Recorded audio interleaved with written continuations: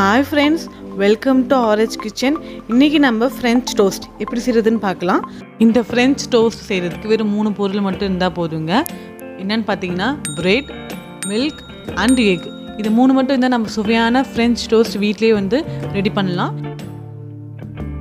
இப்போ French toast செய்யறதுக்கு நான் 4 bread slice எடுத்துர்க்கேன். இப்போ நம்ம ஒரு பவுல் எடுத்துடலாம். ஒரு பவுல்ல 75 ml milk சேர்த்துக்கோங்க. அப்புறம் இதில் நம்ம ஒரு எக் சேர்த்துடலாம். கடைசியாக 4 டேபிள் ஸ்பூன் சுகர் இதில் ஆட் பண்ணிக்கோங்க. இப்போ நம்ம இது எல்லாமே நல்லா வந்து மிக்ஸ் பண்ணி விட்டுக்கலாம்.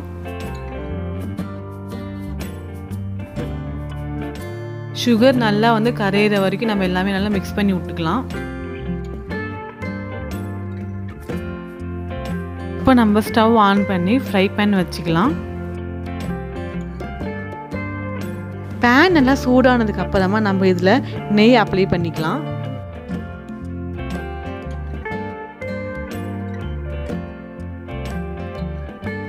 இப்போ நம்ம பிரெட் எடுத்து நல்லா வந்து இதில் டிப் பண்ணிக்கலாம். 2 சைடுமே நல்லா டிப் பண்ணிக்கோங்க.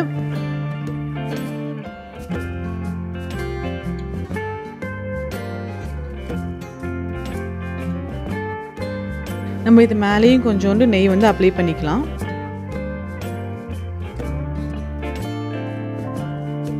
பார்த்தீங்கன்னா 1 நிமிஷம் ஆயிடுச்சு. இப்போ இன்னொரு சைடு நம்ம பிரெட்டை வந்து திருப்பி போட்டுடலாம்.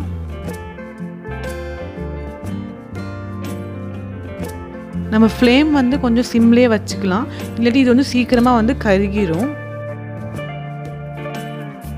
இந்த ஃப்ரெஞ்ச் டோஸ்ட் வந்து நம்மளோட குழந்தைங்களுக்கும் கொடுக்கலாம். நம்ம வந்து முட்டை பால்லாம் சேர்த்துருக்கனால நல்லா வந்து ஸ்ட்ரென்த்தாக இருக்கும்.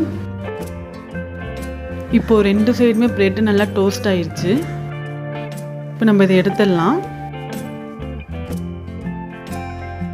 அவ்வளோதாங்க, ஃப்ரெஞ்ச் டோஸ்ட் ரெடி.